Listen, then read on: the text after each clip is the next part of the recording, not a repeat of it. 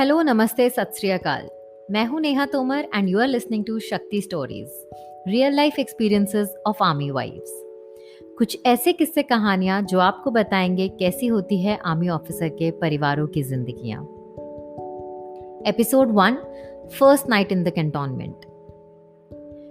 जय हिंद। मेरे ऑफिसर पति को जाने मुझे कुछ 8 महीने ही हुए थे, पर हर फोन कॉल उठाते रखते हुए जय हिंद सुनने की आदत मुझे पड़ चुकी थी और इन 2 शब्दों के लिए एक अलग ही इज्जत भी आ गई थी, जो कि कभी याद नहीं स्कूल असेंबली में नेशनल एंथम खत्म करने के बाद बोलते हुए आई हो।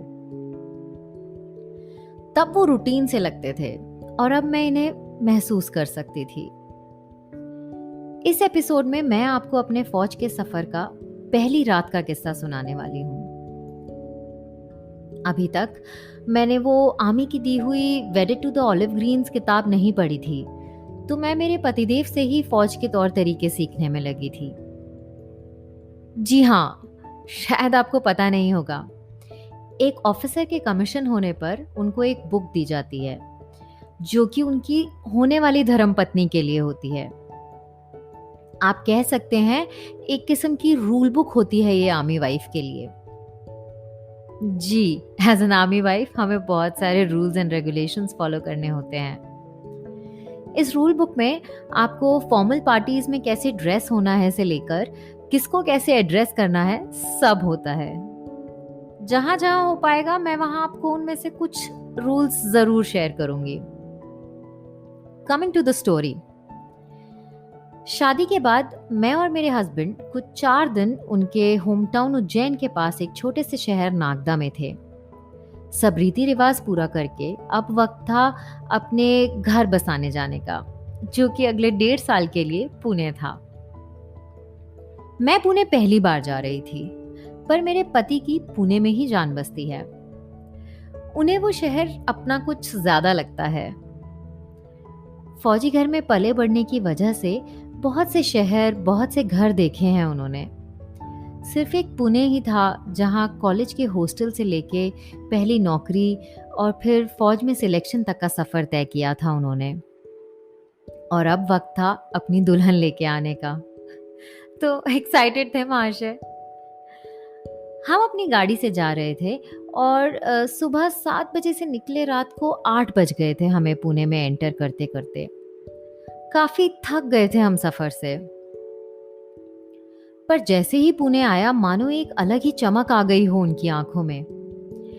जैसे कोई एक छोटा बच्चा अपने नए दोस्त को अपने घर की एक एक चीज दिखाता है, वो उतने ही एक्साइटेड तरीके से शुरू हो गए मुझे इस शहर से मिलवाने के लिए। कभी विमान नगर के चाणक्य पराठे के किस्से सुनाते हुए, तो कभी अपने पुराने किराए के घर को जाने वाले रास्ते को दिखाते हुए। बहुत ही अपना सा महसूस कर रहे थे वो। बस यही सब सुनते सुनते हम ऑलमोस्ट पहुंच ही गए थे कॉलेज ऑफ मिलिट्री इंजीनियरिंग। हम उनके बैचलर अकोमोडेशन में ही रुकने वाले थे कुछ दिन, जब तक हमें सरकारी घर मिलता। फौजी भाषा में मैरिड अकोमोडेशन अलॉट होने का इंतजार था हमें। तकरीबन 9 बजे थे जब हमने सीएमई में एंट्री ली, और ये शायद मेन गेट नहीं था, काफी अंधेरा था वहां उस गेट पर। इन्होंने ड्राइवर को कहा गाड़ी रोकने को। And here comes rule number 1। नहीं, हम काउंटिंग नहीं करेंगे प्लीज, क्योंकि यहाँ बहुत सारे रूल्स हैं। खैर, शाम के समय कभी भी किसी भी आर्मी कैंटोनमेंट गेट पर एंट्री लेते वक्त अपने गाड़ी की हेडलाइट्स ऑफ करें और कैबिन लाइट्स ऑन करें, ताकि सामने संतरी आपको ठीक से देख सकें और आपके आईडी चेक कर सकें, क्योंकि उसके बाद ही वो आपके लिए गेट खोलेंगे, आप चाहे कितने भी बड़े अफसर की वाइफ क्यों ना हो। मैंने मानो ये बात अपने दिमाग में तुरंत नोट कर ली। अब अफसर पति को बार बार बातें दोहराना पसंद नहीं ना। एक संतरी ने इनका आईडी कार्ड देखकर इन्हें सैल्यूट किया और एंट्री रजिस्टर में गाड़ी का नंबर नोट करके हमें अंदर जाने दिया। अंदर घुसे ही थे कि एकदम एक अंधेरा और जंगल सा रास्ता आ गया। फिर एक जगह इन्होंने कहा कि हमने गलत रास्ता ले लिया है और ड्राइवर को बोला वापस मुड़ने के लिए, और ये बोलते बोलते वो गाड़ी से उतर गए, फोन पे बात करते हुए। इनके गाड़ी से उतर जाने के बाद वापस आने तक ना जाने क्या क्या ख्याल आ गए मेरे दिमाग में। अब अरेंज मैरिज करने वाली लड़कियों की आजकल वैसे ही हालत थोड़ी खराब रहती है कि ना जाने अगला इंसान कैसा निकले। और अब आगे जाते ही हमने देखा एक लेडी उम्र कुछ 30 के आसपास थी और दो लड़के लगभग बराबर ही उम्र के हाथ देकर गाड़ी रुकवाना चाह रहे हैं। कुछ मदद चाहिए थी शायद उनको। डीजे ने गाड़ी रोकने को कहा और उन्हें सुना। उन्होंने बताया उनकी गाड़ी कहीं अटक गई है और उनको मदद चाहिए उसको निकालने में। काफी जंगल सा इलाका था जिस तरफ उन्होंने इशारा किया। मेरे हस्बैंड गाड़ी से उतरे देखने जाने के लिए और इतने में ही वो लेडी झट से हमारी गाड़ी में बैठ गई। मुझे अजीब लगा बट मैं कुछ कह नहीं पाई। अब वो ड्राइवर को भी थोड़ा डाउट हुआ तो उसने मुझसे पूछा कि मैं भी इनके पीछे ही ले लूं गाड़ी। मैंने कहा हाँ, आप भी चलिए साथ साथ। ये ड्राइवर भैया मेरे पापा ने दिल्ली से भेजे थे। मेरे पापा जो कि पहली बार अपनी बेटी को किसी और के साथ जाने दे रहे थे, उनको कुछ खास विश्वास था नहीं डीजे के ड्राइविंग स्किल्स पर। अब वो भी कैसे, वो ठहरे दिल्ली के ट्रैफिक में गाड़ी चलाने वाले और डीजे पले बड़े कैंटोनमेंट एरिया में, जिन्होंने की भीड़ के नाम पर शायद सिर्फ मेले ही देखे होंगे। इसलिए हमारे लिए ड्राइवर दिल्ली से भेजा गया था, स्पेशली हमें सेफली नागदा से पुणे पहुंचाने के लिए। ये फिक्र तो उनको तब थी जब डीजे और मैं दोनों ही ड्राइविंग अच्छे से जानते थे, पर पापा तो पापा हैं। हम गए तो सही उनके पीछे पीछे कुछ कच्चे जंगल से रास्ते पर आगे कुछ नजर नहीं आ रहा था। सिर्फ गाड़ी की लाइट से जो उजाला था बस वही था और ये तीन लड़के गाड़ी ठीक करने की कोशिश करते हुए। इस बीच वो लेडी मुझसे बात करती रही, काफी डाउटफुल और थोड़े डरावने से लुक के साथ, कि हम कहाँ से आ रहे हैं और इतना सामान कैसे है वगैरह वगैरह। अब इस पर मैं थोड़ी घबराई हुई तो थी क्योंकि रास्ते पे मिले अनजान लोगों को सब बताना थोड़ा ठीक नहीं लग रहा था मुझे। पर मेरे हाथों की मेहंदी, लाख के कंगन, चमकती डायमंड रिंग और ट्रैवल बैग से लदी हुई ये कार मानो सब कुछ खुद ही कह रही हो कि हम एक जस्ट मैरिड कपल हैं। मैंने थोड़ा हिचकते हुए बता भी दिया।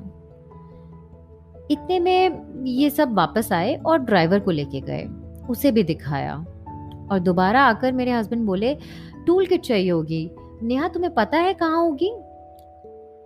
मैं मन में सोचूं, गाड़ी इनकी है, मुझे क्या पता होगा कि तुम टूल किट कहाँ रखते हो? जुम्मा जुम्मा 5 दिन तो हुए नहीं है मुझे इनके पास आए, जिसमें कि गाड़ी में शायद मैं दूसरी बार ही बैठी हूँ। खैर, वो खुद ही ढूंढने लगे और गाड़ी की डिग्गी खोले ही थे कि अचानक मुझे इनकी चीख सुनाई पड़ी, जैसे उन पर किसी ने हमला किया हो। मेरे सारे डर मानो यकीन में बदल गए कि शायद ये कोई ट्रैप था हमें फंसाने के लिए। और फिर एक और चीख सुनाई दी। अब मेरे पैरों से जमीन खिसक गई थी, शरीर जैसे नम सा पड़ गया हो, अंदर जैसे सारी नर्व्स अचानक सुकड़ गई हो। बहुत मुश्किल है वो फीलिंग एक्सप्रेस कर पाना,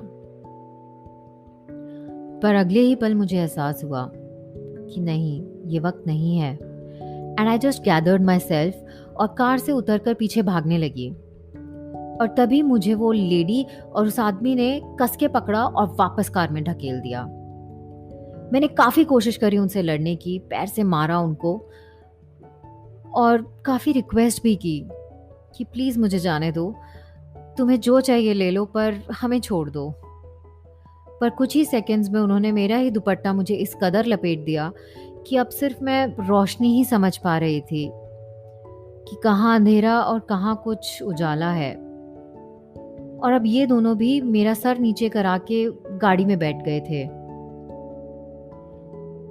इतने में ही तीसरे आदमी ने गाड़ी स्टार्ट की और चल दिए कहीं। And I realised I was kidnapped on my first night in the cantonment. और उस रात आगे क्या हुआ ये जानने के लिए ज़रूर सुने next episode of Shakti stories, real life experiences of army wifes. Meanwhile आपको क्या लगता है उस रात इसके आगे क्या हुआ होगा?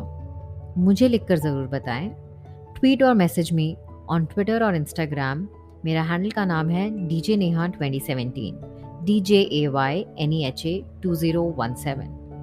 Also note, the podcast is now live on all the leading podcast streaming apps और उसके अलावा आप इसे YouTube पर भी सुन सकते हैं। So please share and subscribe। मिलते हैं नेक्स्ट वीक। जय हिंद।